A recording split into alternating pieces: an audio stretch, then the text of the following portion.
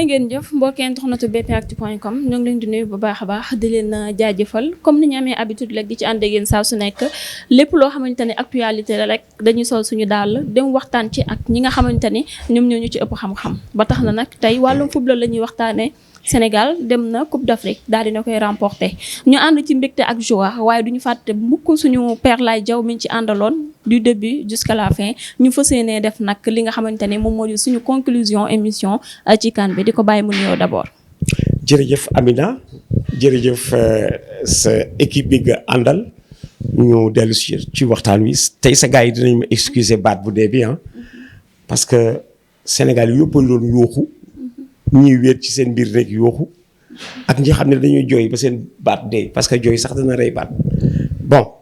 cela veut dire que dañu jógee ci bis bu ñu musul a vivre gagner une finale de Coupe d'Afrique yow sa bopp da ngay découvrir ay sensations yoo soupçonné wul woon lii rek moo ko mën a génne parce que les joies les mieux partagées moo di yi ci football bi tey nag lii la ñuy soog a dab ñun xamoon nañ ni am na lu ñu xamagul ci ñun moo di bis bu ñu gagné Coupe d'Afrique comment ça va se passer comment on va réagir léegi gën nañu xam suñu bopp gën nañu gis fi ñu jëm ci loolu la ñuy waxtaan tey. noonu la demee ba tax na ca cappaandaw gi la ñu àndoon ak yéen ci émission yi ci phase poule bi ñu ñëw ci huitième bi quart bi demi bi ba final bi nag ñu doon xool lépp ak réaction yi ni muy demee ñu soog a ñëw heureusement suñu ñëw bi nekk na ñëw boo xamante ni mbégte ak contentement moom ci fi indi ndax jël nañu coupe bi boo ko defee rek dañuy ñëwaat ci match bi nga xamante ni moo doxoon ci diggante Sénégal ak Égypte naka nga ko jàngate woon ak début bi yan pressentiment nga ci amoon. Parce que gis nga statistique tegtal la statistique léeg-léeg am na koo xam ni boo ko xamagul boo liiree CVM xam ni mu toll boo gisee parcours am pour parler d'autres xam ni mu toll avant la finale contre l'Égypte ñu remarqué ni Égypte dafa dugal 4 buts en 6 matchs ñun ñu dugal 9 buts en 6 matchs ñu nekk nag à égalité en défense parce que Égypte dafa jël 2 buts ñun ñu jël 2 buts parce que chiffres yi day wax ak yow avant ngay dem ci match bi léeg-léeg sax dana la woon chiffres yi ci ban mode match nga jëm alors kon ñun dañ jëmoon ci benn match bu nga xam ni man fi ma toog wóor na ma ni attaque défense ci lañ jëm égyptiens yi toog di la nekk léeg-léeg sax daañu génne ballon bi ci kaw ba pare des. Et avec le recul booy seetaan match bi ci sensation bi loolu doo ko lire parce que da ngay yàkkamti sa gars ñi traduire leur bon match ou leur supériorité par un but le but a tardé à venir parce que le premier tournant important du match bi doon pousser égyptiens yi ñu réviser seen position parce que yóbbu nañu Côte d'Ivoire tir au but yóbbu nañu Cameroun tir au but ñun dafa mel ne que dañ ñu programmer tir au but parce que dans le match statistiques yi dafa plaider en notre faveur avec 5 buts de plus à 0 avec 5 buts de plus à 0 qu'est-ce à dire dafa dugal 4 ñu dugal 9 5 yaa ngi noonu différence su 5 bi ñu match nul au niveau de défense mu jël 2 ñu jël 2 ñoom ils sont sûrs d'une chose ils savent lire parce que dañu stratégique dañu tacticien je disais à quelqu'un Afrique du Nord fi ñu rawee encore moo di dañuy lire match avant ñuy ñëw te daañu comprendre ban match la ñu war def ak tel adversaire alors quand ils sont arrivés quand on a regardé jouer pendant 5 minutes le Sénégal était sur les premières balles et jusqu'à la fin du match les Sénégalais étaient sur les moindres petits ballons. Hélas, on n'a pas réussi à très rapidement ubbi match bi parce que li ko doon ubbi moo di but bi si Sadio Mané marque le penalty de la 3e minute ñu réviser seen position parce que lii du championnat doo marqué point coupe la gagné jël la malheureusement bi ko gardien bi repoussé gisoo du ma wax Sadio daf ko arrêté pour ne pas enlever au gardien son mérite je dis bi que gardien bi repoussé le match reste toujours fermé comme à la situation du départ parce que tant que dugaloo leen but bi du ñu changer seen stratégie parce que am nañu gardien bu ñu wóolu. Hier un ami me disait quand j'ai revu le match en rediffusion mais dama ne ñi Sénégalais leen mënoon ma ne que ñoom xamoon nañu loolu moo tax ñu jël position bi ñu jël hermétique attitude bu défensive bu tax mën nañu yóbbu Sénégal au tir au but. Bon, on en est arrivé là, nous aurions pu gagner même avant la prolongation, mais on tient compte de la spécificité du match que nous avions. moo di leen am adversaire bu nga xam ni sa valeur intrinsèque waxuma sax la défense mais l'organisation défensive. On s'en est bien tiré. Globalement, nous avons fait notre meilleur CAN. Parce que, pourquoi notre meilleur CAN? Jamais le Sénégal n'avait marqué autant de buts dans une phase finale de Coupe d'Afrique. On a marqué 9 buts. En défense, dama doon 7. Parce que tout à l'heure, je me disais, c'est la meilleure défense sénégalaise également de tous les temps. Mais, au Caire, en 86, on avait pris 1 but contre la Côte d'Ivoire. Mais on en avait marqué 3. te gis nga Coupe d'Afrique yi day gën di rëy parce qu'au Caire bi ngay dégg yëpp on était 8 équipes en phase finale 2 poules de 4 donc pour sortir de notre poule on doit jouer 3 matchs pour aller directement en demi-finale. On gagne les 2 premiers sans prendre de but. Égypte 1-0, Mozambique 2-0 et on prend un but contre la Côte d'Ivoire. Mais vu les nombres de matchs, la défense actuelle est plus solide. Parce que dafa def 3 matchs, 1 but. Bi def 7 matchs, 2 buts. Kon défense ren bi moo gën dëgër bu Caire 86 parce que nombre de matchs boobu dafa tuuti. Bi c'est passé un tout petit peu au double. Fële 3 la woon fii 7 la woon moo tax ba léegi défense bi moo gën a solide. Alors Aliou Cissé a présenté une équipe très équilibrée. Très équilibrée. Tu fais partie des meilleures défenses, tu fais partie des meilleures attaques. Amul championnat d'Afrique bu gën baax bi si ajoute c'est le championnat d'Afrique le plus pléthorique. 24 équipes soo xoolee fa ñu jógee parce que y a eu des champions sacrés avec 3 équipes. 3. Tu joues 2 matchs, on te dit tu es champion d'Afrique. Il y a des champions sacrés à 6 équipes. Parce que nous, quand nous allions à notre première CAN, on était 6 équipes, 6. Sur une première CAN en 65. 2 de 3.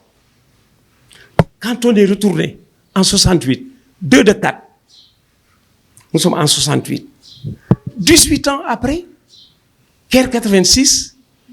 c'est toujours 2 poules de 4. Au Caire, 2 poules de 4, 8 équipes. Sénégal 92, 12 équipes, 4 poules de 3. Xoolal entre Sénégal 92 et maintenant. Entre-temps, chiffre bi yéeg na. On est passé de 12 à 16.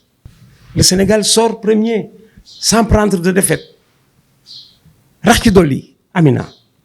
la Coupe d'Afrique est entre les Sénégalais depuis 2017. 2017, nous sommes au Gabon. 2019, nous sommes en Égypte. 2022, nous sommes au Cameroun. En 3 Coupes d'Afrique, Sénégal, benn équipe a gagné, Algérie. Algérie moo ñu gagné en 2019, en poule 1-0, en finale 1-0. Boobu ba léegi kenn gagné wuñu. Soo xoolee loolu da nga naan mais Sénégal bu organiser woon CAN demain daf koy gagné waat demain. Qu'est-ce que c'est que demain? Dès la prochaine édition suñ ko organiser woon dañ koy gagné waat parce que tendance dafay durer léeg-léeg nga gis équipe bi teg la Coupe d'Afrique gagné ko c'est parce que c'est la prolongation. Voilà c'est parce que dafay nekk la prolongation ca Coupe d'Afrique ba ñu jógee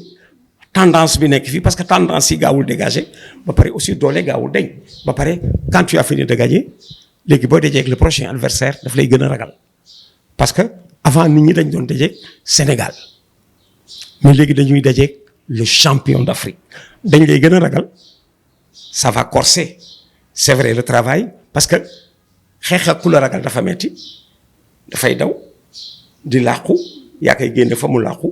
mais l'édition actuelle a donné au Sénégal un nouvel statut. Mais attention, parce qu'il est plus facile de grandir que de devenir grand ou de rester grand. Léegi nous avons grandi et nous avons envie de rester grand. Nous avons les moyens. Parce que l'équipe du Sénégal, des prochains horizons, dans 4 ans, dans 6 ans, ossature baa ngi fi. Parce que Aliou Cissé a si bien travaillé qu'il y a des gosses de 21 ans, de 20 ans, Fati, le 4e gardien, qui a fait une CAN, qui a 20 ans, Pape Matar Sarr, qui est un grand espoir, 21 ans, ak ñeneen ñoo xamee ni prévoir loo leen te ñu ngi ñëw. Alors voilà le résumé global de ce qu'on a vu à l'occasion de cette Coupe d'Afrique 33e. ba pare mu am beneen réflexion bu nit ñi di def bu may metti quand j'entends enfin on a gagné la Coupe d'Afrique c'est méchant. Ah, pourquoi? C'est méchant. Pourquoi c'est méchant? 33 éditions là ñu bokk 16 fois ñu ngi juste ci moitié organisation yi dañu bokk juste ci moitié organisation yi 16 participations le Sénégal def en 33 éditions tey jii boo doon def un classement dans l'ordre des participations Sénégal day sore ci gannaaw Sénégal dafa sore. ci classé ci rang wu 15 yi. ci rang wu pays moyen yi si ton fils rentre de l'école ak moyenne nu 15 sur 33 nga ne que tu n'as pas bien travaillé. Ton fils bu ñu jógee école indi note 16 sur 33 nga ne que tu n'as pas bien travaillé 16 sur 33 mais tu es juste un élève moyen 16 sur 33 donc notre participation elle est moyenne ci wàllu woowu te nit ñi gisuñu liñ ci def dañu doon nekk rek ci gagner. Qu'est-ce qu'on a fait avant de gagner? On a perdu 2 finales avant de gagner cette Coupe d'Afrique. On a perdu 2 demi-finales ci pays ñi ko doon organiser. Algérie en 90, Égypte en 2006 ñoo demi-finale ak ñun ñu perdre demi-finale yooyu bu ci nekk 2-1. On a fait 3 quarts de finale 2 yi ci ki nekkoon ci dëkkam Nigeria 2000 ak Tunisie 2004 ñooñu dañu gagné en quart dem en finale. Alors boo remarqué une chose ki fekkee ne yow ki lay éliminé dafay finale wala daf koy gagné yow sorote gagné ko man ki ma éliminé maa ngi fàttaliku mes propos en 2017 quand le Cameroun nous a éliminé dama ne yàlla na Cameroun gagné Coupe d'Afrique bi. am na Sénégalais yu meroon bi ma waxee loolu parce que fii nit ñi dañoo am habitude ki lay éliminé da nga koy souhaité ñu éliminé ko ah bon kii moom a gagné yàlla nañ ko gagné prochain tour. moo tax Cameroun supporté ñu. ah. moo tax Cameroun supporté ñu ci finale bi. voilà alors gis nga Cameroun bu Égypte gagné woon Sénégal en finale seen défaite du wex parce que dañ naan équipe bi ñu éliminé moo gagné Coupe d'Afrique bi. Alors nous quand le Cameroun nous a éliminé en 2017 ma ne yàlla na Cameroun gagné Coupe d'Afrique bi parce que dafay defar suñu Coupe d'Afrique Cameroun éliminé ñu en quart gagné Ghana en demi gagné Égypte en finale léegi nous étions ci sacre Cameroun le seul pays que le Cameroun n'avait pas réussi à battre. Cela veut dire que jege nga yow gagné Coupe d'Afrique ki gagné Coupe d'Afrique bi mu dul la gagné kon soreetuloo. À l'édition qui a suivi 2019 on a joué la finale et quand on a perdu la finale Nelson Mandela dafa yàgg di wax nit ñi attention si vous gagnez c'est bien si vous perdez vous vous êtes enrichi Nelson Mandela moo wax loolu si vous gagnez c'est bien si vous perdez vous vous êtes enrichi comment gis nga lu tax nga ñàkk il y a des défaites qui servent mieux que des victoires parce que mën nga gagner te doo gis dara nga am défaite gis lu tax nga perdre édition bi évidemment c'est facile de le dire maintenant suñu amaatoon Algérie dañ koy gagné.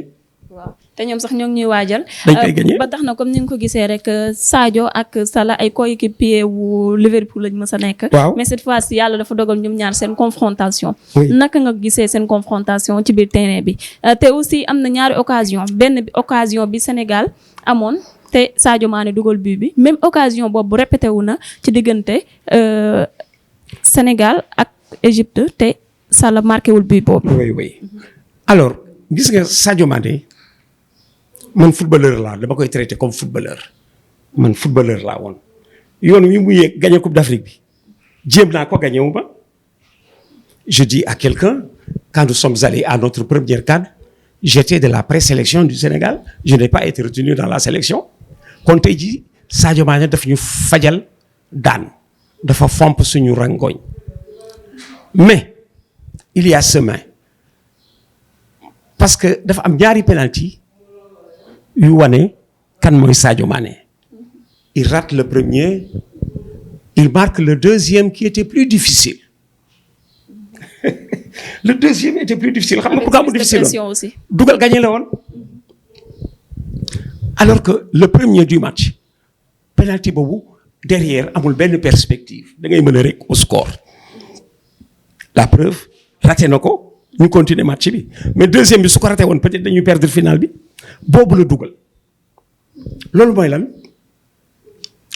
dafa des muy jouer en leader lii may def kenn mënuma ko tee def j'ai vu contre le Togo adversaire bi jël ko ciblé ko programme gaañ ko ba génne ko daf ko gaañ ba génne ko te monde gaañ bi mu ko gaañ dafa bàyyi ba Sadio di daw mu dàq ko janook moom fiir ko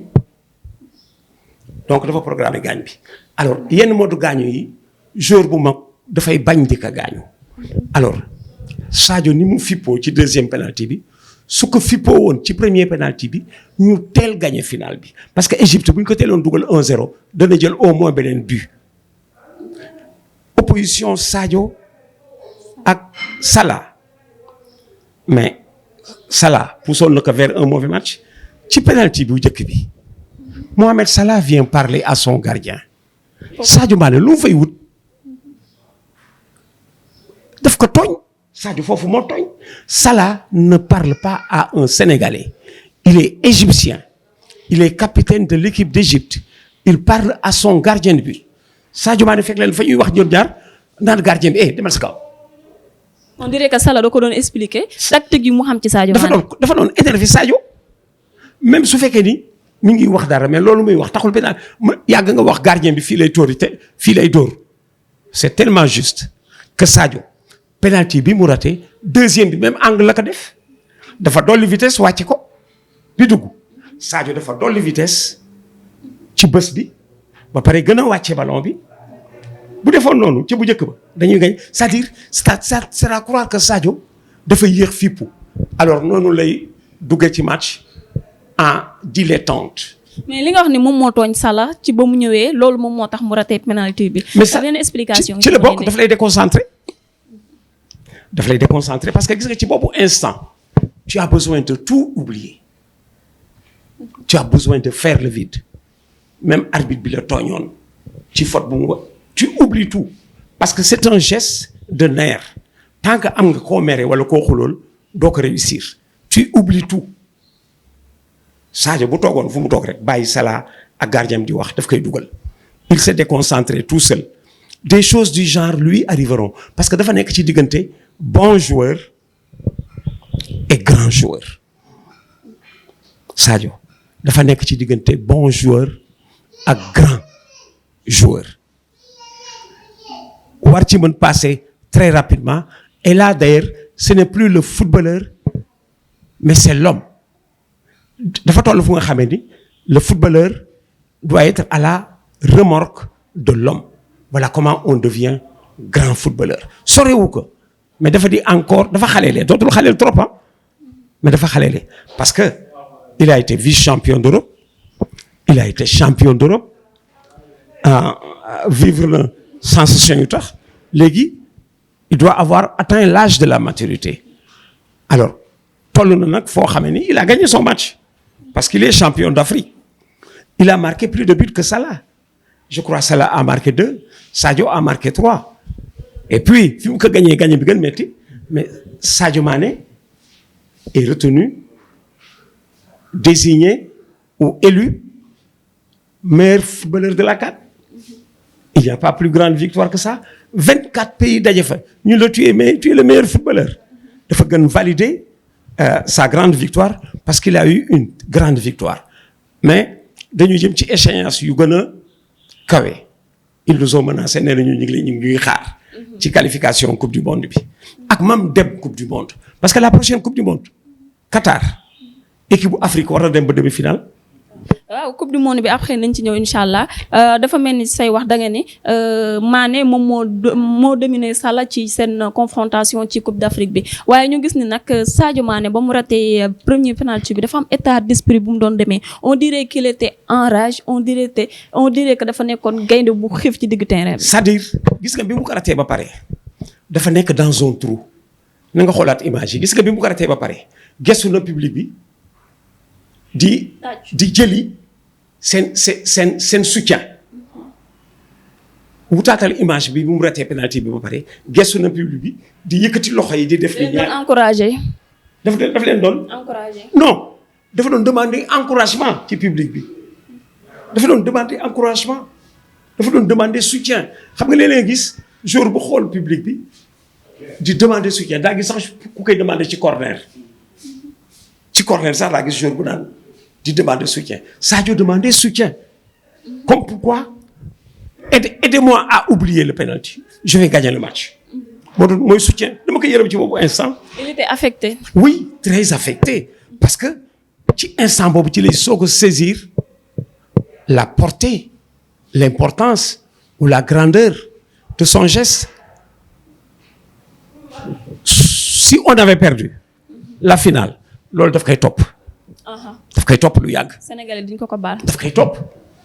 finale de Coupe d'Afrique tu perds 1-0 après avoir raté un penalty daf lay topp. daf lay topp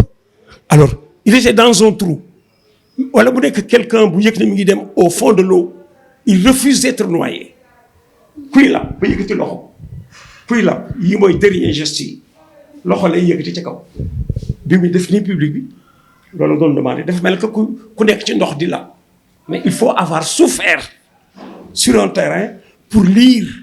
la souffrance des autres. J'avais pitié de lui. J'avais pitié. Parce que seulement moi, je suis sur terrain de souffrir. J'avais pitié de lui. Mais je me suis dit, il a le temps. Ce n'est que la 7e minute. Parce que penalty bi 3e minute là. Mais 7e lañ ko dóor. Gisoo léeg-léeg sax ci minutage bi léeg-léeg da nga gis minutage bi le penalty c'est à la 3e. ñu dóor ko 7e. Le chronomètre met 7e. C'est pas à la 7e, c'est à la 3e. Parce que ci lecture match bi daf ci am importance parce que temps bi ñu siffler penalty bi dóoraguñ ko. palabre à côté à droite conciliabule à gauche mu ngi dañuy avancer te loolu dafay bokk ci arrêt de jeu yi c'est-à-dire arrêt de jeu yi moo tax léegi ci postérité bi tu verras penalty à la 7e minute fekk na c'est à la 3e. entre 3 et 4 dafa am yu fa xew yu tax match bi arrêté chrono baa ngee daw ci li 7e minute mais Sadio Mané il va tendre vers un très grand footballeur c'est un bon footballeur il devrait être un très grand footballeur parce que léegi il est champion d'Afrique soo ko gisee ci alluram il sait qu'il est en train de grandir il a battu Salah il est allé même le féliciter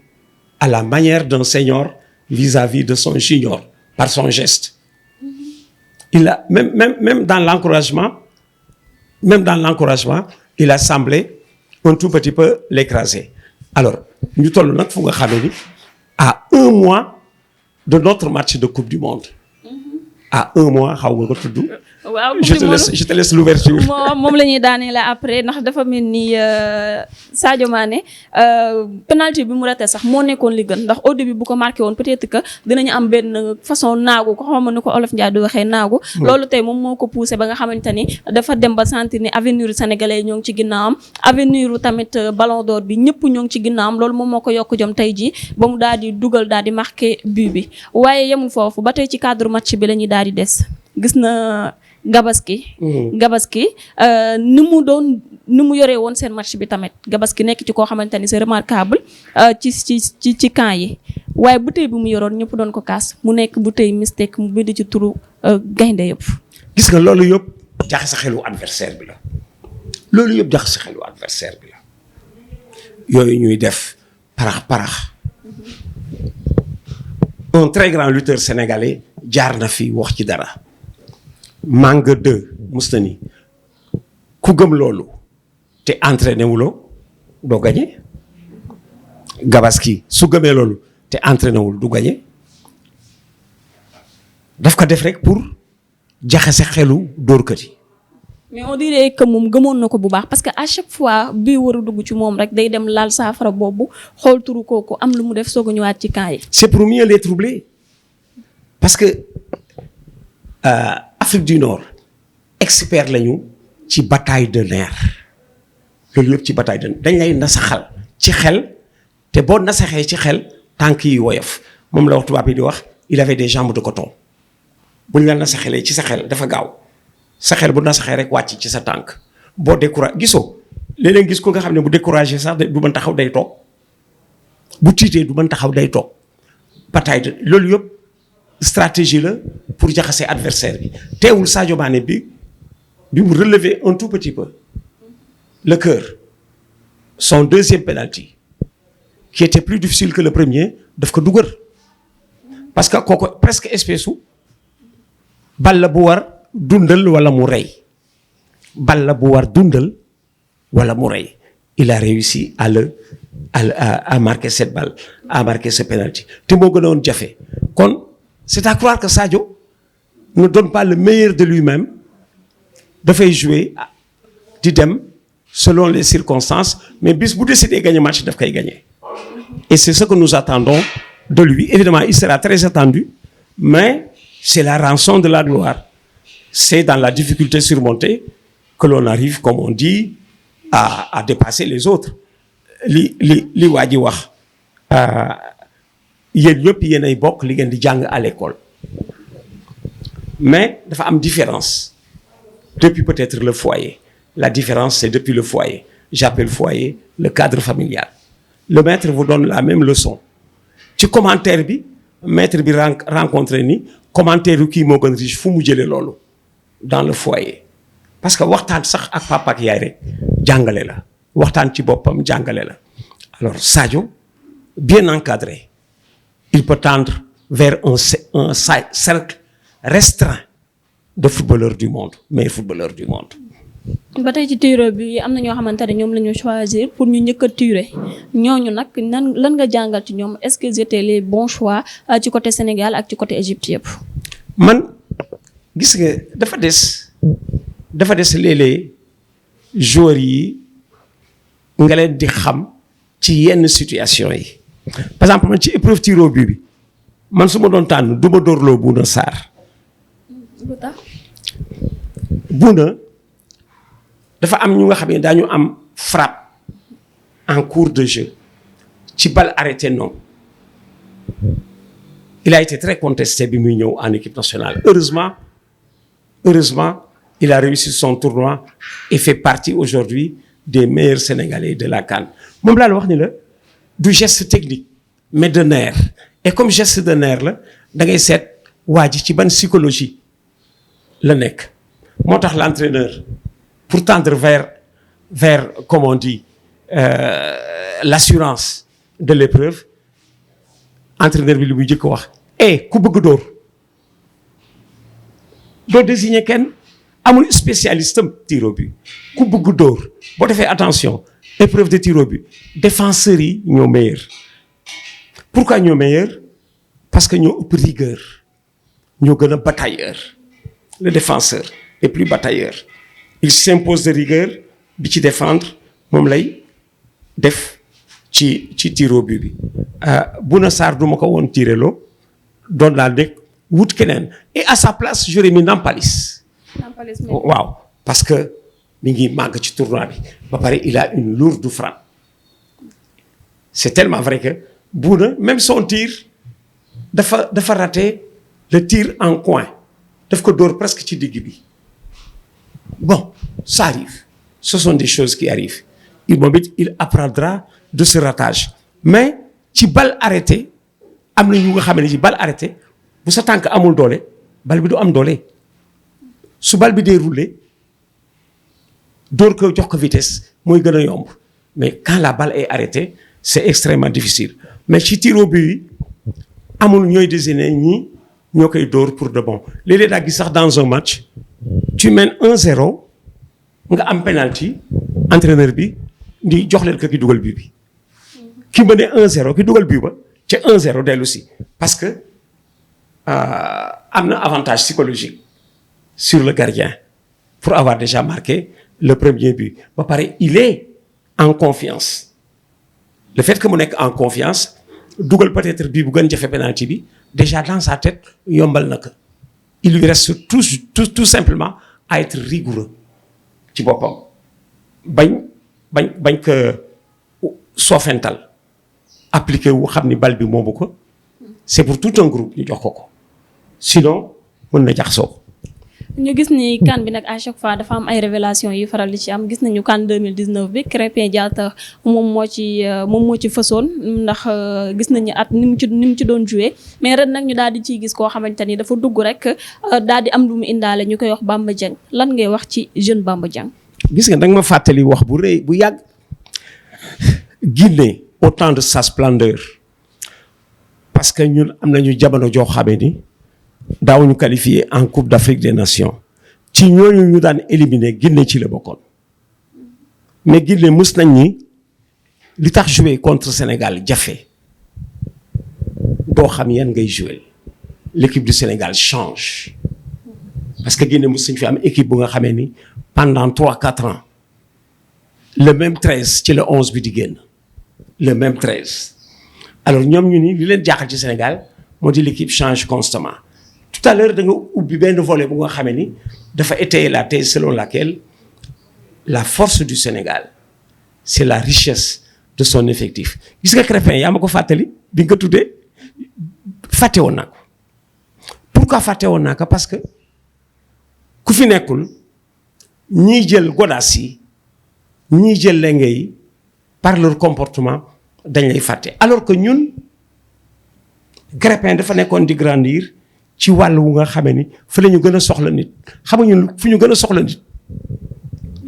milieu terrain bu mën di jël ballon bi di ko indi moo tax ma ni gis nga équipe bi bu amoon Fadiga baal naa ko mere woon naa ko mais baal naa ko. après nañ ñëw ci kaw. gis nga équipe bi su amoon Fadiga gën a am verve offensive parce que Fadiga li mu mën daf ci yéwan Fadiga li mu mën daf ci yéwan li dafa mel ne que ku gëm ni lii moo tax mu ne fi di jël ballon di ko joxe xam nga kiy servir à manger dafa am mérite añagul de peut-être mi ngi lay servir à manger alors ci rôle boobu la Fadiga nekkoon ci équipe bu 2002 bi ngay dégg dafay amee ballon bi di wut ku mu ko jox ku nekk en bonne position alors équipe bi su maasee woon ak Fadiga kenn du taxaw ci kanamam loolu lañ manqué te nag li ma la wax ni la Sénégal dafa riche celui bi ma gis muy ñëw ci boobu rôle tey xaleel te mën na am ñeneen ñu génn c'est Pape Matar Sarr gis nañ que ci un petit bout xaw ma contre Guinée équatoriale la xaw ma contre Burkina Faso gis nañ que un instant mu ànd ak Pape Gueye nga gis panache de milieu terrain ñu jàpp ballon bi di ko joxe luñ daawul def foofu parce que dañ daan romb milieu terrain bi wala ballon bi jël ko dem carrément ci défense nga gis le panache ci exercice boobu di ko joxe di ko jàpp fii di ko joxe moom li mooy li ma la di wax am Ndiaye indi Diop. alors ci boobu instant ma ni bii mooy suñu style xale yi bu ñu àndee noonu mais dafa am loo xamee ni Aliou Cissé xam na ko de xam na loolu la équipe bi manqué mais kenn mënu ko defar da ngay dox ba dajeek moom li tax kenn mënu ko defar tey la footballeur bi mënu loo ko defar tey mu ñor tey jox la boobu résultat xam na ko gisoo moo tax mu jël Idrissa Gana Gueye pousse ko ca kanam mu ngi ànd ak Nampalis ak Cheikhou Kouyaté xoolal gisoo bii quatre figure Cheikhou Kouyaté il est si complet entre l'entrejeu et la défense que mën na jouer libéraux. Il lui est arrivé d'assurer l'intérim de Kalidou Koulibaly. Nampalis, il n'y a pas meilleur récupérateur que lui. Du balayer à gauche, du balayer à droite, du récupérer ballon bi di ko joxe. En peu de temps, il s'est taillé une notoriété. Nampalis xamuñ ko woon Aliou Cissé ko indi xamuñ ko woon alors comme am na déjà en défense lu sûr Gana étant le plus expérimenté mu pousse ko ci kanam loolu mooy indi xoola Gana fa mu jógee léegi ñu toll foo xam ni attaquant yaa ngi dugal bi ñu naan ndax du Gana ci biiwu Bamba Dieng bi par exemple. contre ba tey confusion am na fa. ba tey confusion am na fa. mais dama koy jàpp di ko xool sama dernière trouvaille moo di Bamba moo ko dugal. waaw parce que tànkam a jiitu bu Gana mais Gana bi mu dugalee tànkam dafa am lu mu daj defe ni bal te du bal Gana dafa dóor ci tànku Bamba Dieng mais Bamba Dieng moom la tànkam dem ci ballon bi. Bamba tànkam dal ci tànku Bamba Dieng mu defe ni moo ko dugal mais il s'est trompé de bonne foi parce que moom defe na ni moo ko dugal mais c'est Bamba Dieng qui a marqué. alors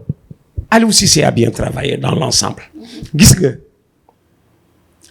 dama ko gëmoon li mu doon def gëmoon naa li mu doon def ñu koy critiquer et tout j'ai fait exprès bàyyi ko public bi ak observateurs yi je n'ai pas voulu le remercier en public au palais de la République waratuma ko def parce que dama ko doon défendre ba fii nit ki nga gëm di ko défendre ba mu réussir léegi da nga koy bàyyeeg observateurs yi ñu traité ko parce que léegi su ma ko défendre ba mu agsi en finale gagné coupe d'Afrique moo continuer di ko défendre nit ñi dañ maa bàyyeeg moom man dama ñëw ba mu nekk champion d'Afrique ma bàyyee ko nit ñi léegi je laisse le soin aux observateurs de traiter le résultat de Aliou Cissé. mais ba tey dañuy desaat ci Bamba Dieng lan nga gis ci moom instant bi lan nga gis ci moom d'après ba nga jàngatee exploit yi mu def ci biir CAN bi. défaut de jeunesse mënu ci échapper parce que xam nga dafa di xaleel tel célèbre Bamba il a lan 20 ans ou 21 ans ah. 21 ans. 21 ans. 21 ans. voilà alors donc il est très jeune ba pare en public xam nga il a marqué contre Guinée équatoriale je crois ah. Cap-Vert ah il a marqué contre Cap-Vert gis nga le but qu'il a marqué contre Cap-Vert il a enlevé 2 buts à Famara Sagna avant muy dugal bosam Famara Diédhiou Famara Sagna ba koy nuyu il a enlevé 2 buts à Famara Diédhiou 2 buts yu nga xamee ni Famara appelle dans l'axe te moo ko moom Famara appelle dans l'axe te moo ko moom Bamba dóor ko am na sax benn bu nga xamee ni je crois en finale contre Égypte dans un angle réduit mu war a njett ci suuf Cheikh Kouyaté du geste nee na ko non fii la je crois c'était contre Égypte bal bi mu dóor ci angle moo bi ci kaw moom Bamba Cheikh Kouyaté lui a dit non il y a Cheikh Kouyaté et quelqu'un d'autre à hauteur du point de penalty mais j'ai vu Cheikh Kouyaté parler du geste comme pour lui dire non Bamba fii la te waxoon na dëgg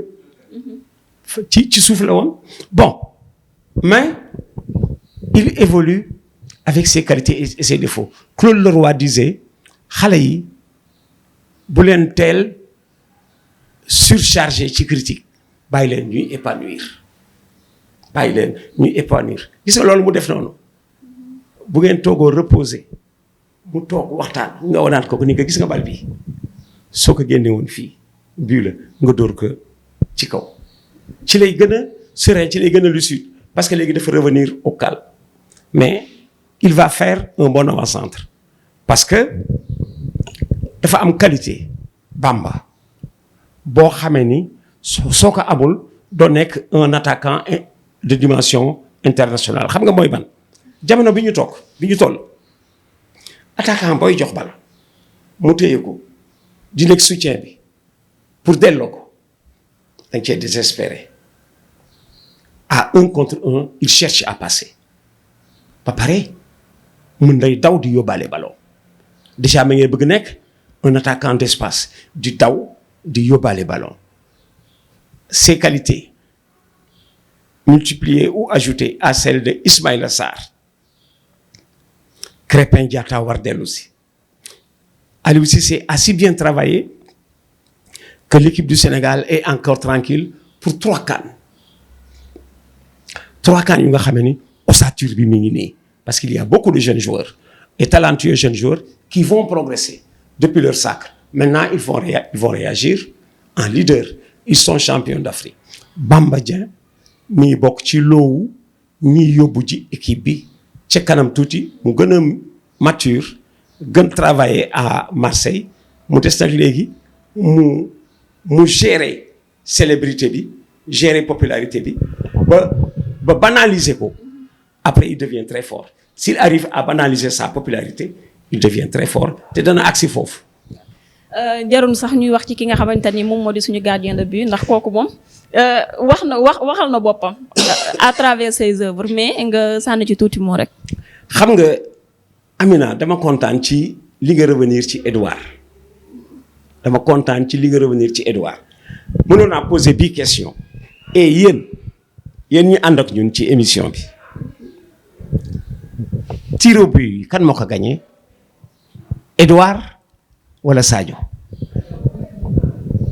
tir au but yi kan moo ko gagné Edouard wala Sadio. Edouard téye na benn. waxtaan la de. Edouard téye na benn. xam nga pourquoi Edouard ka gagné. Edouard moo jox Sadio Mané dugal gagné parce que Edouard avait fini de rater d'arrêter. Edouard avant le tir de Sadio Mané qui nous sacre champion Edouard avait fini d'arrêter un tir égyptien xam nga am na bu mu jàpp gis nga boobu mu jàpp moo ubbil Sadio Mané buntu dugal gagné parce que su jàppul woon léegi Sadio Mané dafay dugal pour ñu continuer tir bi mais comme dafa jàpp bu Sadio bu égyptien bi léegi Sadio am dugal gagné c'est comme si la balle de match moom la Edouard passe Sadio Mané mu door ko mu dugg mais son geste est plus salvateur le geste de Sadio parce que dañ koy afficher but de Sadio Mané et le Sénégal est champion d'Afrique on ne dit pas arrêt de Edouard et le Sénégal est champion d'Afrique su fekkoon Edouard dafa mujj ci place su Sadio arrêté penalty bi tax ñu gagne champion d'Afrique moom la ñuy wax Sadio dafa mujj su Edouard mujjoon jàpp penalty bu tax ñu ni Sénégal champion d'Afrique Edouard ngay dégg et comme dafa jiitu Sadio léeg-léeg daa gis gardien bu précoce bu naan tireur yi na ku nekk assuré benn man danaa am ci balu gaa yi benn pour charger ses tireurs il leur dit man danaa ci am c'est comme si Edouard leur dit penalty égyptien yi danaa ci am benn yéen na ku nekk assuré bosam benn ngeen am man danaa góolu 5 bal danaa ci am benn seen benn bi ngeen am dafa mel que sax moo gën a yomb dugal leen ko na ku nekk dugal bennam man seen ñii juróomi bal yi danaa ci am benn léeg-léeg sax nga dégg gardien bu leen ko waxe et je prendrai un de vos tirs infailliblement je vous connais mooy li Gabaski doon def yow mën nga ko wax parce que ñi ngi waxante ci terrain bi dañuy waxante léeg-léeg doo wax ak waa ji directement day romb nga wax bon Edouard ak Sadio kan moo gagné tir au but le geste de Sadio est plus salvateur mais celui de Edouard était prometteur donc partager leen pourcentage de mérite. voilà te boo toppee réflexion bi dans le monde on te dira mais lii moo tax gardien du am ballon d'or benn ballon d'or à plus de 60 ans de ballon d'or 60 benn gardien Levi Yachine 1962 xaw ma 63 parce que les performances du gardien ne sont pas affichées. Sadio tire et marque, le Sénégal est champion d'Afrique. doo dégg Edouard arrête, le Sénégal est champion d'Afrique. Alors que c'est lui qui met en exergue et qui fait du tir de Sadio une balle de match. Bon, du gaaw a dañ mais il a été récompensé comme le meilleur gardien du tournoi. Il a été récompensé, mais c'est une récompense globale. Il a été récompensé. On a un bon groupe. Et ceci, on le doit à Aliou Cissé. Du ma ko protéger ba foofu devant la nation may continuer di ko protéger dama koy bàyyeeg vox populi bi dama koy bàyyeeg léegi nit ñi. C'est tellement juste. Je t'ai dit tout à l'heure que j'avais pardonné. Fadiga. waaw donc question boobu dama si ñëw directement comme ni nga ko waxee ñëwoon naa fi Fadiga yëkkati woon ay kàddu ne Aliou Cissé bu gañewul CAN bi cette fois-ci na respecté boppam mu daal di jóge ci équipe bi jox ko keneen yàlla weddi nag Aliou Cissé daal di gañe te gëm nañ ni Fadiga fu mu mënti nekk kontaan na ci ndax lii yàggoon na nekk mbëbëtam ba mu nekkee ci équipe nationale. léegi tey jii man réponse ngay jox Khalilou Fadiga ak Aliou Cissé resté ou pas moom yaakaar naa ne loolu du débat ndax dafa war a resté. Forcément du débat waaw. Amina loolu du débat Aliou Cissé resté ou pas du débat fi mu nekk bu ñu woon day dem sax ñun ñoo koy langaam. gis nga bu ñu woon day dem xam nga pourquoi ñu koy langaamu demul daf ko wax pour sagal boppam. tey jii bu Aliou Cissé ne woon damay démissionner ma ne ko non bul dem man ma wax ko mais am na circonstance bu nga xam ne bu ci waroon démissionner ma ne ko demal mais léegi su bëggoon démissionner ma ne ko non bul dem kenn du demooyu ñoo xamee ni ànd nga ak ñoom ba ñu jéggalu la baalu la aax ñi la ëskay. Je te disais tout à l'heure que Fadiga mere woon naa ko parce que li mu wax Aliou Cissé en public daf ko war wax ci biir néeg bu yóbboo ñu xeex après xam nga ñoom ñaar mos nañu xeex. ñëwoon ñu ci événement boobu. mos nañu xeex à la coupe du monde. waxu kile équipe bi boobu ñoom ñaar ñëpp footballeur lañu. mos nañu xeex carrément. xeex ci vestiaire ñoom ñaar mos nañu xeex. détaillé ñu loolu. non soxna doo day na nettali xeex la. nettali xeex ba yaa. cas bi la askan bi sama man demuma coupe du monde. mais seen xeex fii la ma fekk. ma nekk dans les secrets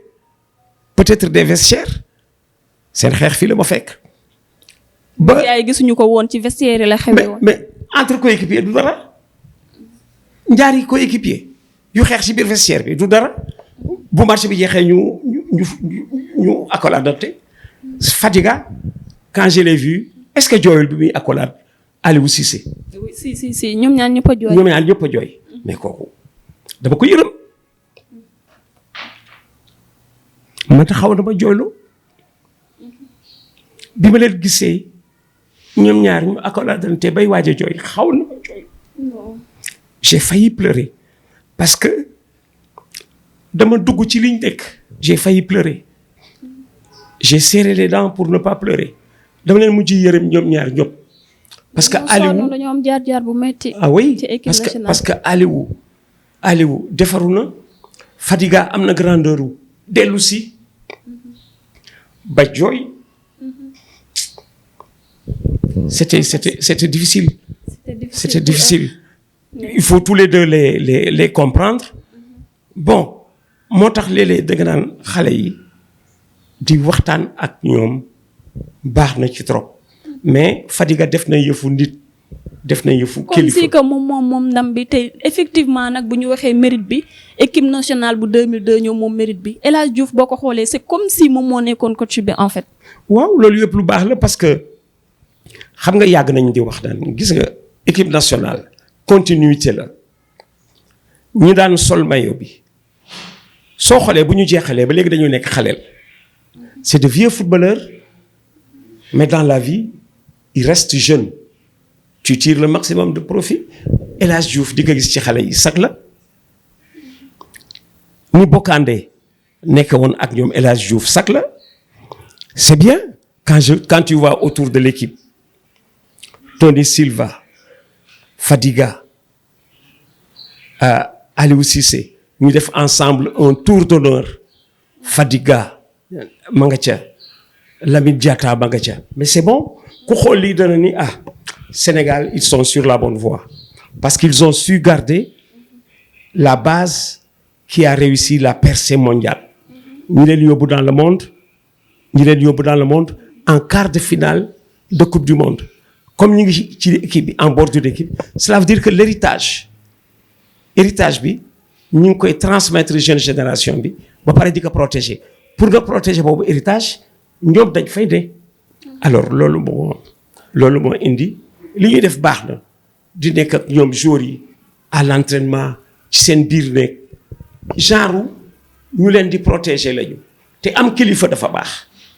am kilifa à tous les niveaux dafa baax am kilifa boo gisee ak boo gisul dafa di lu nga xam ni ñooñu dañ ci sa bët ci sa tànk di la wax loo xamul parce que dafa am différence ci mën football ak xam football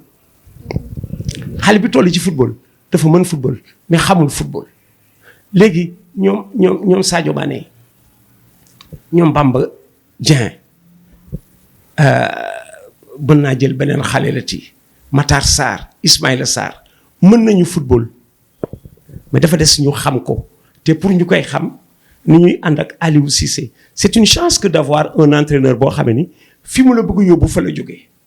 Aliou Cissé rentre de la coupe du monde fa mu jógee fa la bëgg yóbbu équipe am président Macky nee na leen war ngeen dem coupe du monde te ni ma leen gisee nii mën ngeen def demi-finale coupe du monde xam nga relevé waat na baar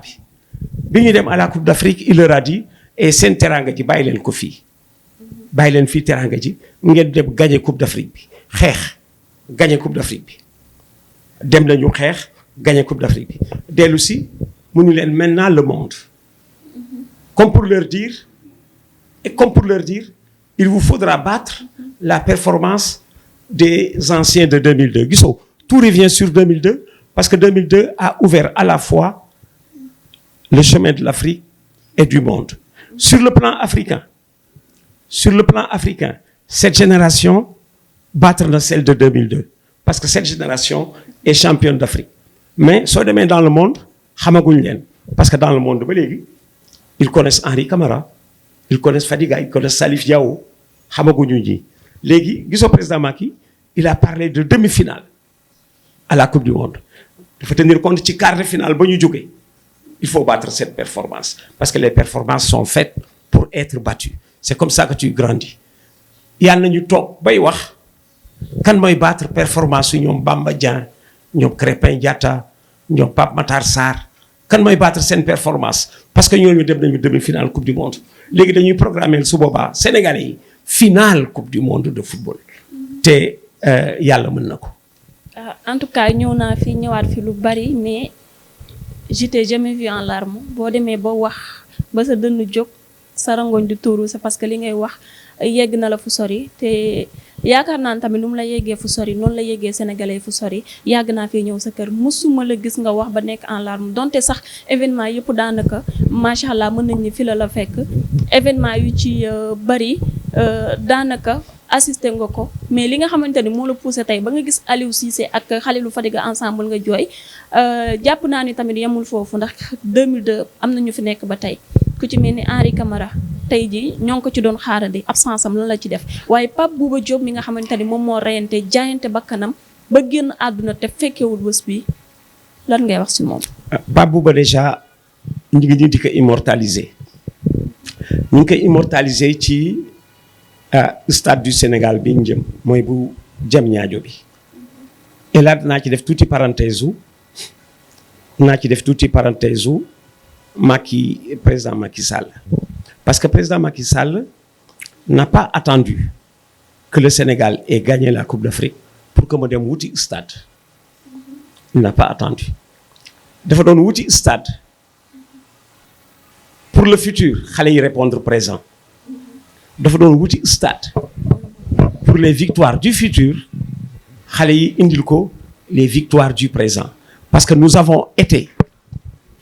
champions d'Afrique avant d'avoir ce stade donc Macky avait été futuriste xale yi répondre au présent ma koy féliciter ci loolu léegi ñu ngi nii di jëm ci ay yeneen i échéance yoo xam ne ni léegi c'est le monde qui nous regarde parce que quand tu es champion d'Afrique tu n'es pas un petit champion la Coupe d'Afrique des Nations étant la 3e compétition mondiale après la Coupe du Monde et l'Euro on va y aller ci liñ jëm nii tu parlais de Fadiga. Non, je parlais d'Henri Camara. Henri l'absence de Henri Diop. Henri accompagné na leen ci par voie de presse il a même fondu en larmes ci finale bi ci n'a pas ku jooyul est-ce que gis ngeen sénégalais bu jooyul ci finale bi am na ñu nga xam ni pendant 2 minutes dañu dof nekk seen biir réer di yuuxu baat yi dee nañ ci yuuxu jooy émotion boobu ñëpp la rattrapé ñëpp a jooy après le sacre du Sénégal alors Pape Bouba stade bi pareegul ñu koy immortaliser parce que Macky Sall a tout fait de donner son nom à une chambre du stade fi nga xamee ni dafay nekk musée Pape Bouba Diop bu ñu ci defoon sax turu papaam day wuyu parce que papaam ancien footballeur la papaam fait partie des anciennes gloires à Rufisque de ces Rufisquois qui ont donné une identité de la ville au reste du Sénégal très très tôt kooku même bu ñu ko ci defoon dafay nekk lu nga xam ne dafay lu yanu maanaam c'est bien que ñu immortaliser Bouba Diop parce que dem Coupe du Monde marquer le premier but du Sénégal en phase finale de Coupe du Monde ce n'est pas une petite performance dafa dugg ci way wu dootul daanu on dit de Louis Camara le premier buteur du Sénégal à la CAN oui du dañ Louis Camara suñu premier match Coupe d'Afrique des Nations c'est contre l'Éthiopie que nous battons 5-1 c'est Louis Camara qui ouvre le score Pape Bouba on retiendra que suñu première Coupe du Monde il a marqué contre l'équipe qui était et championne du monde et d'Europe et des nations soo ko immortalisé par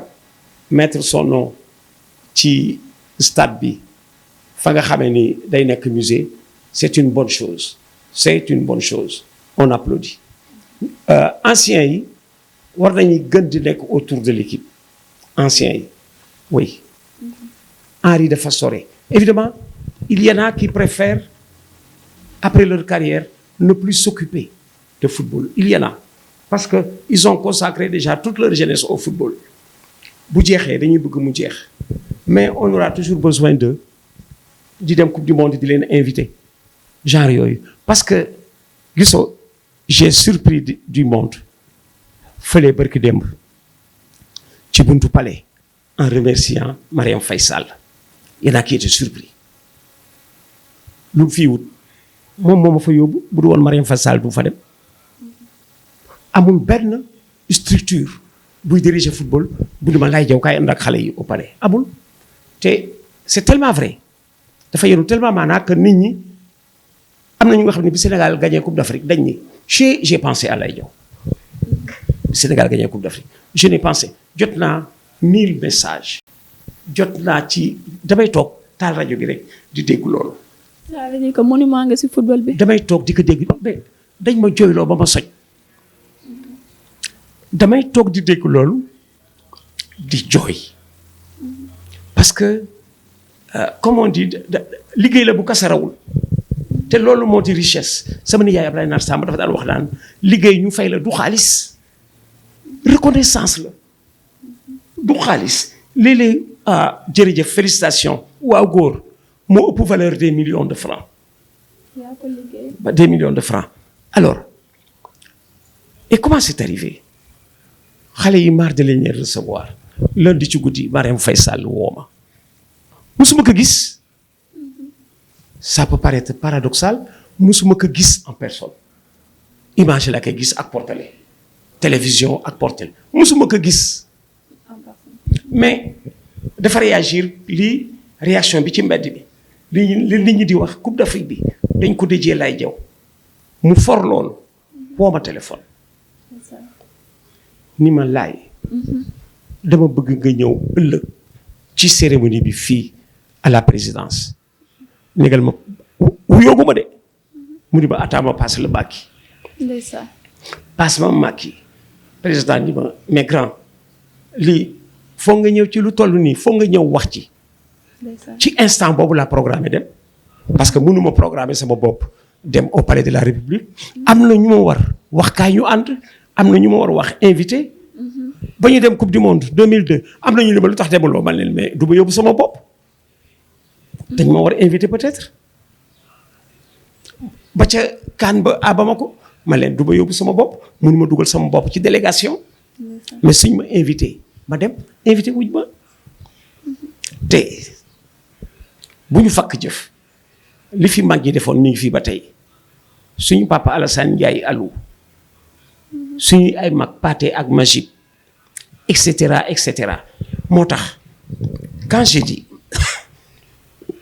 Marème Faye Sall merci il y en a qui ont levé la tête qu'est-ce qu'elle vient faire là bu du woon moom du ma fa dem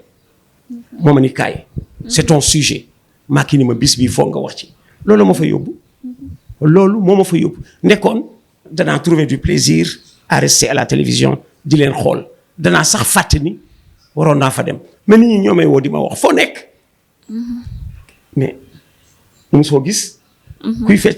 fecc musique te déggul musique subitement nga sentir émotion bu bari ci woo biñ la woo ak liñ la sëf mu leer na yow li yaa ko liggéey mais dafa am ci ñoo ko doon xaar. C'était ma 3e nuit d'affilée sans sommeil bisu final bi nelawuma Ndakaar yëpp nelawuma ëllëg sa arrivée bi nelawuma lundi ñun ñëpp ñu ngi ci télévision bi ba 3 heures passées entre Léopold Senghor et Palais ils ont fait 7 heures ngay gis loolu ci télévision bi muy niru salaire u plusieurs années de travail 7 heures entre Léopold Senghor et l'aéroport Léopold Senghor et le palais c'était le salaire de plusieurs années am na ñu seedu loolu tey seen yax seey na ñu mérité woon fekke ko ce que les gens ont oublié quand on est rentré de la CAN en 2019 il y avait la même ferveur c'était toujours aéroport palais am ñu daan sénégalais yaa ngi célébrer défaite loolu dégg nga ko kenn du célébrer défaite sénégalais yaa ngi célébrer défaite xale yi topp ci car bi di daw ba pare naan leen amul découragé loolu lañ doon woy ci car bi ba pare amul découragé à l'édition qui a suivi ils ont gagné yàlla rek moo mën te ku lii neexul ku lii jooyloowul dootoo jooy amuloo xol j'étais ému j'étais resté 2 nuits sans sommeil ak bi ma Marème Faye ne kaay ci xew bi sa xew la Macky ni ma mënuloo ci bañ a wax reconnaissance mënul gën a rëy loolu. mënatoo téye say larmes en ce moment. oui reconnaissance mënul je n'ai pas dormi tëdd naa seul jooy mon épouse m'a fait pleurer en pleurant ci balu Sadio Mané bi je l'ai vu pleurer l'émotion est communicative j'ai pleuré mais ci guddi gi tëdd naa jooy tout seul kenn yëguma waaw parce que teraanga boo aspiré wul mu ñëw parce que teraanga la ñi nekk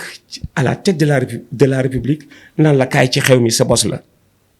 ñi la ci war boole wuñ la ci ki la ci war boole wu la ci kilifaam boole la ci moo tax ma wax que ci place publique bi ñëpp yëg ko ñëpp parce que dama amoon benn problème man dañ ma daan jox ci football bi dañ ma daan jox pouvoir bu ma amul parce que nit ñi dañ doon yaakaar ni je suis au cœur des décisions pour jour yi réunion maa nga ca biir xam nga kañ laa gis Aliou Cissé ça fait 20 ans 2002 laa ko gëj a gis ba bii mu gagné Coupe d'Afrique bi 2022 ca laa ko gëj a gis nit ñi dañuy defee ni tu es au cours des décisions Khalilou Fadiga mosuñu taxaw maak moom football na ba jeexal seen ay jamono bi ñu nekkee di gagné Coupe d'Afrique des Nations ak Coupe du Monde mosuma leen a gis nii 1 mètre télévision la leen mos a gis bi ñuy final 2002 maa nga Afrique du Sud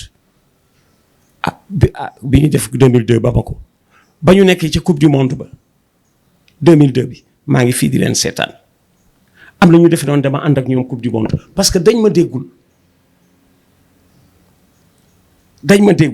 mooy bi ma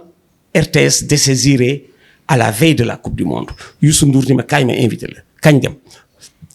ma ne ko soxlawul ci rajo bu bees bi ñu doon soog a am ma ne ko soxlawul bàyyil ma liggéey fii Tangu Sport FM nit ñi bi ñu ma déggul dañ defe ni maa nga fële demuma mais fi ma yàlla fayee autrement tey jii maa ngi ci loo xam ne xëy na moo gënoon dem affaire bi dafa metti woon mais tey jii suñuy doom fomp nañu suñuy rangooñ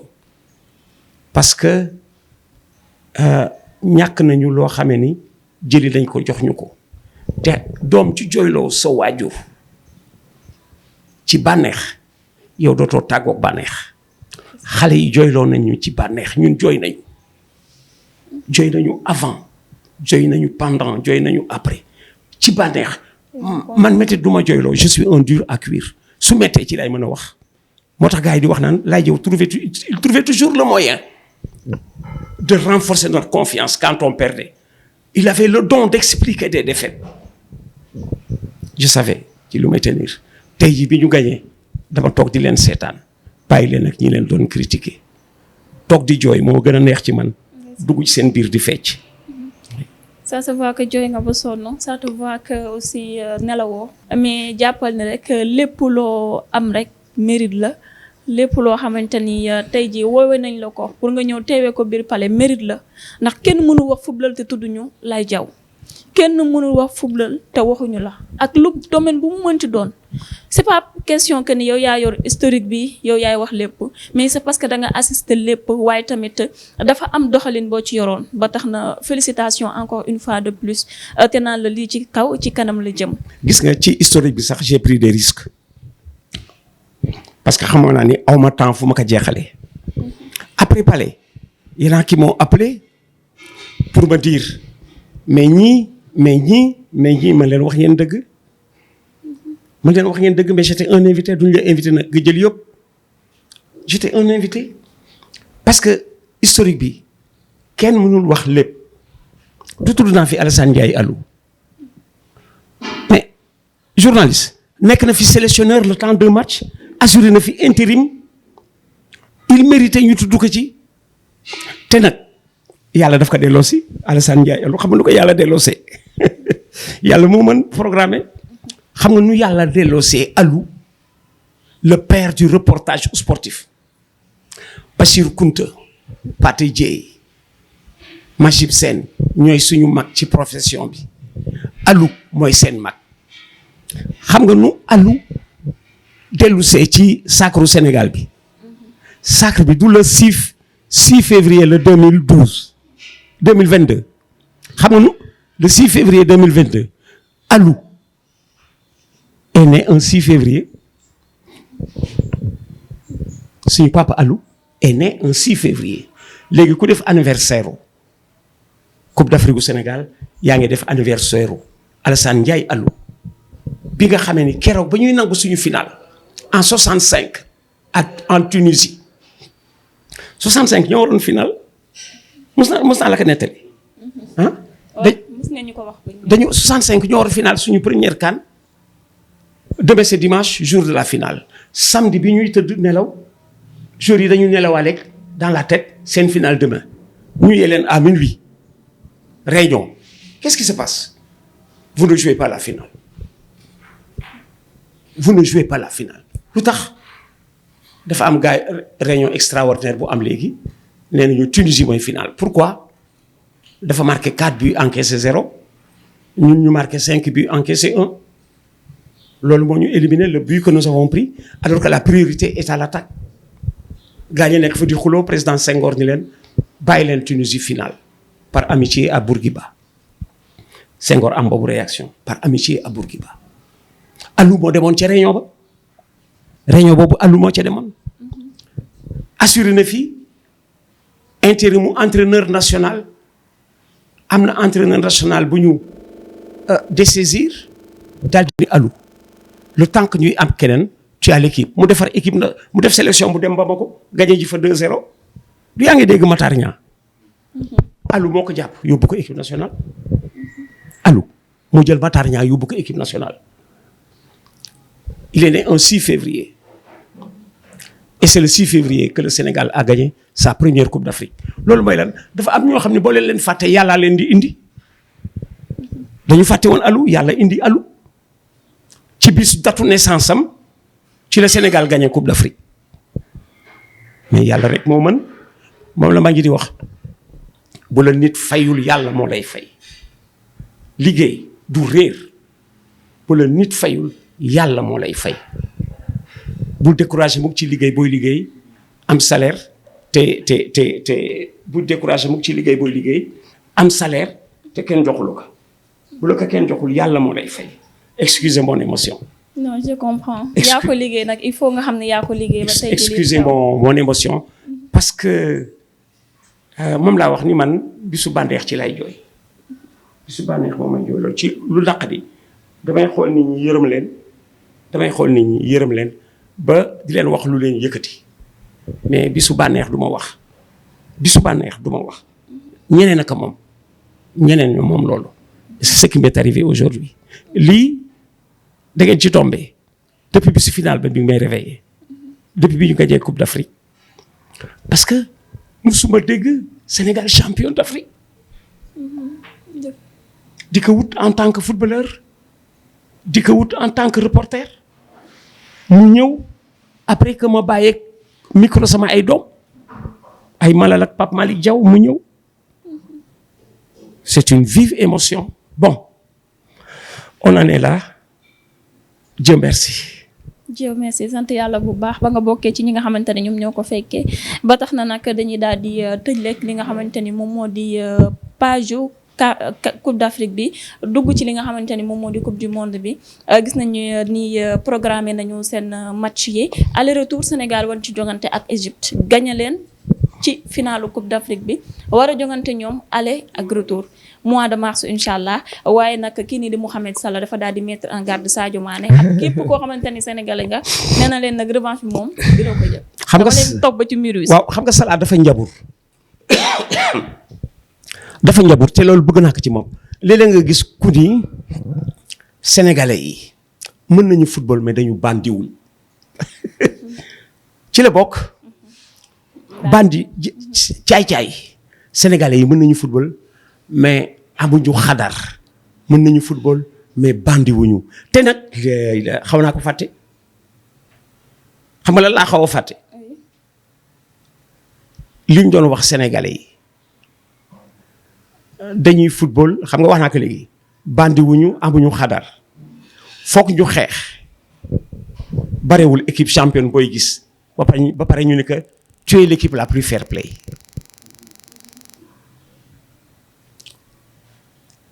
loolu mooy yaa fi dàq xeex yaa fi gën rafet mooy loolu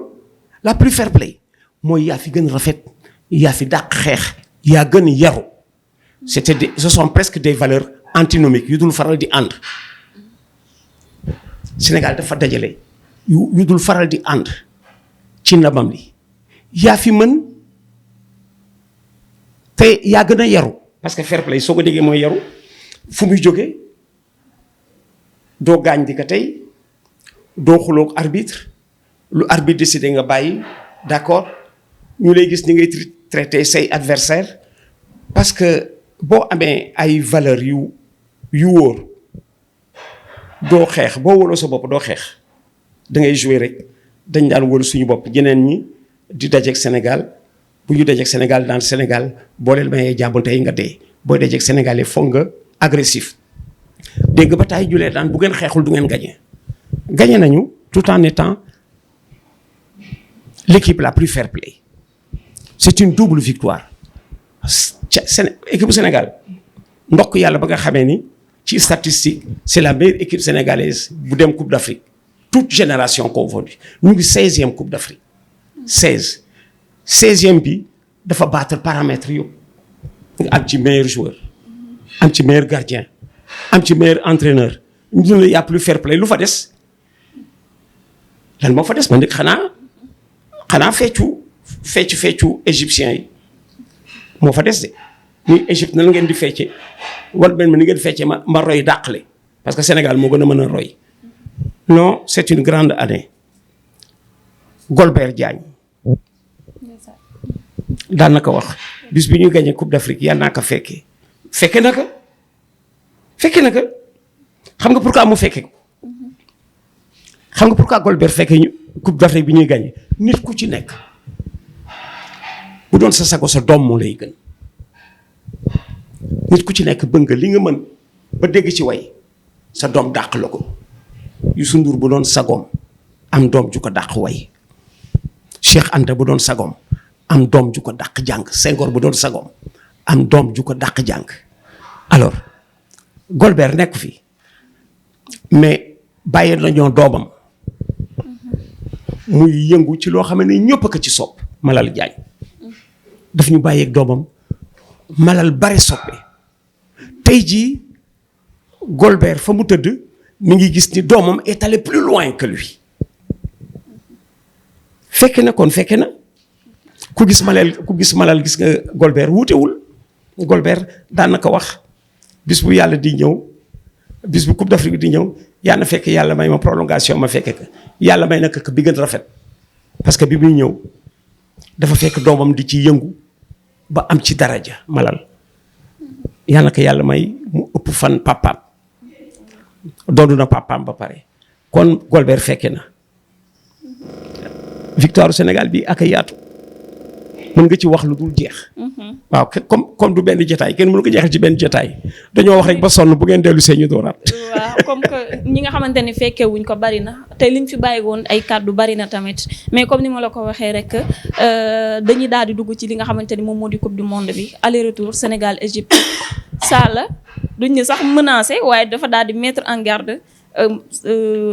Sadio Mané ak képp koo xamante ni rek bokkoon nga ci équipe bi fa seenee jongante ak ñoom est-ce que ñoom war nañ ñoo mën a empêcher ñu qualifier ci coupe du monde bi. dans l'approche techniquement ñaari match coupe du monde yi ñooy gën a yomb xam nga pourquoi Égypte tricher bi mu def UEFA xaw na dindi tiro bi xaw na ko dindi en 93 parce que dafa am benn équipe bu Yougoslavie bu tudd Étoile Rouge de Belgrade bu gagné woon Marseille en finale de coupe d'Europe booba Marseille leen mën ñu programmé Marseille yóbbu ko tiro bi yu gagné ko te kat Marseille leen mën après ñu wax ko ñoom ils ont eu l'honnêteté de le dire mais la maladresse aussi de le dire ils l'ont dit honnêtement tout en étant maladroit parce qu'ils ont dit Marseille moo ñu mënoon mais comme ñun suñu championnat amul match nul ku nul da ngay dóor penalty ñoo ko gënoon roode ci teg penalty dóor dañu yóbbu Marseille tiro bi gagné ko UEFA bi ñu déggee loolu dañu retenir seen souffle ni mais il nous faut réfléchir à cela parce que ñi ils ont programmé la triche gagné ci programme la triche défendre ba mu jeex nga dem tiro bi gagné Égypte moom lañ def gis nga boo xoolaateel match bi Sénégal Égypte ci benn camp la déroulé ci buntu camp Égypte il leur arrivait de sortir le ballon et d'attendre ils sortent le ballon mais ils ne sortent pas, ils attendent. am na moment yu nga xamee ni Kalidou Koulibaly surtout que dañ doon attaquer beaucoup à gauche Kalidou Koulibaly ak Saliou Ciss léeg-léeg dañoo mel ne que ramasseur de balle yu jëli ballon bi indiwaat ko dans le jeu na nga xoolaat match bi Kalidou Koulibaly ak Saliou Ciss léeg-léeg dañoo mel ne que ay ramasseurs yu bokk ci match bi des ramasseurs qui cherchent qui prennent le ballon et qui l'amènent. Ils ont joué comme ça tout le match. Le match s'est passé devant leur but léeg-léeg nag ñu wan la caay-caay parce que gis nga undu boo ko tëjee ci néeg di ko dóor te amul palanteer bu mu génn daf lay mujj attaqué undu mu nekk ci néeg booy dàq undu sa néeg ubbil buntu sinon ci yow la jëm booy dàq sa muus ci sa néeg ubbil buntu sinon ci yow la jëm te xoseem musiba la bu la xosee mën na la rey alors moo di lan léeg-léeg ñu jékki-jékki wan la ni ils existent sur le plan attaque à 2 reprises cela a été dangereux mooy bi Edouard Mendy génne ci kaw léeg-léeg ñu dangereux mais cela doo ko gisal situation yu bare yu mu ñu sonal mais léeg-léeg ñoom ñu dangereux alors que bii match final bi coupe la woon mais bii championnat la aller-retour aller chez lui retour chez moi te am na comportement boo war am avant ngay dem chez l'adversaire ñoom am nañu comportement bu ñu war am au Caire avant de venir chez nous en tacticien il est plus facile de s'organiser ci match boobu xam nga léegi les rôles sont inversés parce que ñun ku ñu ni kaay leen def 0-0 en Égypte ñu jël 1-1 c'est mieux ku ni ñu kaay leen dem Égypte def 0-0 d'accord ngeen Sénégal ñu ni ayca on signe léegi le match de qualification va se jouer chez nous au Sénégal ku ñu proposé loolu ñu jël parce que xam nañ ni ci match aller boobu ñoom suñu kaw la ñu jëm si ils vont nous attaquer te ci attaque boobu nag ci la lépp xaj ci attaque boobu ci la lépp xaj parce que dans un match ouvert attaque défense de part et d'autre il n'y a pas ku ci gën a nekk à l'aise le style du football sénégalais alors kon on en est là ci approche boobu gën a yomb avec nag le match retour que nous allons jouer match retour bi ñu ngi rumtu ni Diamniadio lañ koy jouer dégg nga boobu coow ah. dégg naa ko wax allez dañ koy jouer ji Égypte retour ñu jouer ko Diamniadio pour la première fois te santeeg nag ñu daal di inaugurer li nga xamante ni moom moo di stade bi jamono ji waa CAF def nañu étude bi ci terrain bi et tout ça gis nañu c'est favorable. waaw oui moi je dis oui mais xam naa ragal tuuti te dama am ay kilifa yoo xam ni mus nañu nekk ci biir situation am na nu ñuy def gis nga j'ai souvent parlé des Jeux de l'amitié parce que moo di compétition bi nga xamee ni pour ñun référence la avant ñuy am Coupe d'Afrique ñu ngi soog a am lu gën a valeureux Jeux de l'amitié ñu ngi Coupe d'Afrique bi en valeur économique et absolue moo gën a relever Jeux de l'amitié bi ñu doon évoqué mais tant que amuñ ko mënoon nañu évoquer Jeux de l'amitié gis nga Jeux de l'amitié en 63 dafa fekk Demba Diop pare flambant neuf bees tàq bees ba nga gis gazon bi fraîcheur u gazon pour les Jeux de l'amitié match d'ouverture Sénégal Cameroun dirigeants yi ragal terrain bu bees bi indi ci équipe bi parce que gars yi xale yi miinaguñ ko parce que boo ca demee dafay mel ne que yàq adversaire bi da ngeen nekk terrain neutre dirigeants yi ragal terrain bu bees bi xoolal le stade Demba Diop est flambant neuf boobu mi ngi tudd amitié xam nga fu ñu joué suñu match d'ouverture ak Cameroun parc des sports fee BHS nekk parce que nañ def lu wóor nañ dem fi xale yi miin ñan ñoo doon xale yi à l'époque ñoom Souris ñoom Cheikh Thioune ñoom Youssou Ndiaye ñoom Demba Thioy ñoo doon xale yi fële lañ dem BHS ñu ngi tudd à époque boobu mi ngi tudd parc des sports ñu di ko wax champ des courses fa la ñu joué Cameroun gagné ko 1-0 au match qui a suivi comme en valeur intrinsèque même ci stade bu bees tàq bu ñu xamul mën nañ fa joué ak Niger parce que comme Niger ñoo ko ëpp doole trop mën nañ fa joué ak moom yóbbu fa Niger ci stade bu bees bi door ko fa 5-1 alors fii aussi stade bu bees la bon am nañu chance Diamniadio il paraît que am na hôtel. Stage bi bu mën a nekk semaine ñu fay dem matin et soir li tax muy jafe on est encore en pleine saison européenne te ñu ngi absenté déjà pendant 1 mois phase bi règlement bi prévoir na ko am nañ ci droit mais fi mu nekk Sénégal avant match retour bi déjà ña nga dafay nekk benn semaine ah aller 22 retour 29 donc benn semaine la da ngay jóge Égypte ñibbisi directement bu fekkee di Diamniadio ngay jouer on peut pas parce que le prochain match du Sénégal à Dakar bu 100 000 spectateurs mën nañu génn ci verve bi am football bi ni mu boyaatee nga gis des millions de personnes dans les rues pendant 3 jours bisu final ba lendemain de la finale arrivé 3e jour ba cérémonie bi ñu leen di décorer li nekk ci mbedd mi li génn ci mbedd mi bare na Dakar fait aujourd'hui 4 millions d'habitants mbedd yi dañ fees man gis naa événement yu gënoon a rëy defoon naa ni du am bu gën a rëy arrivée général de Gaulle à Dakar defoon naa du am bu gën a rëy arrivée Sékou Touré à Dakar mook Senghor bi ñu xuloo ba juboo 68 bi ñu xuloo ba juboo Sékou Touré di fi ñëw mu am fi accueil bi gën a rëy bu battre bu général de Gaulle arrivé Coupe d'Afrique bi à Dakar a battu tous les records boo tëggee match Coupe d'Afrique demain j'appelle demain le prochain Sénégal Tunisie Égypte le prochain Sénégal Égypte j'appelle demain le prochain Sénégal Égypte à Dakar 100 000 personnes ñoo lay wuy si parce que ñi nga gisoon ci mbedd bi yëpp dañoo dellu si ba pare nag ak léegi monte bu nga xamee ni les gens ne vont plus au stade ak lu leen neex ils y vont avec le maillot de l'équipe nationale gisoo sama maillot yi ma éco woon yi am na 20 ans tey maillot 2002 yi la woon et moi je préfère mettre les vieux maillots yéen xale yi mën ngeen sol maillot yu bees yi mais ñun yu yàgg yi la ñuy sol bu cosaan bi pour wane ni ñoo fi nekkoon cosaan